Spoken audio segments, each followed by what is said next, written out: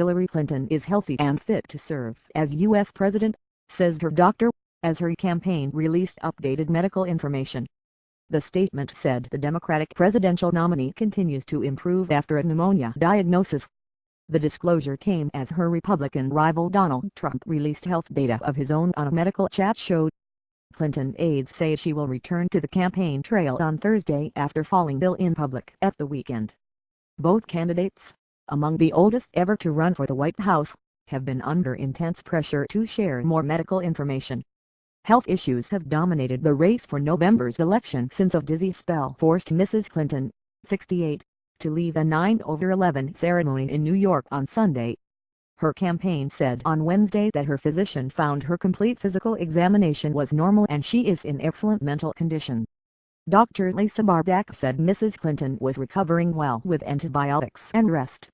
What is walking pneumonia? A history of U.S. presidential bad health. The campaign said she had a chest scan on Friday that showed a mild, non-contagious bacterial pneumonia. Mrs. Clinton, who has been recuperating at her suburban New York home, was treated with an antibiotic called Levaquin, which she was prescribed for 10 days. She continues to remain healthy and fit to serve as President of the United States, concluded Dr. Bardak in the letter.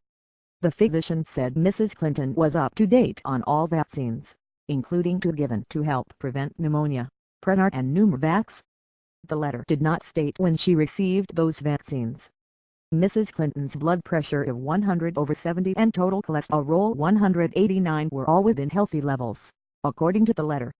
The former Secretary of State also had a normal mammogram and breast ultrasound, said the doctor. She takes thyroid and allergy medicines and the blood thinner Coumadin, prescribed after she suffered a blood clot resulting from a 2012 concussion. The blood clot was said to have been in a vein in the space between the brain and the skull behind the right ear.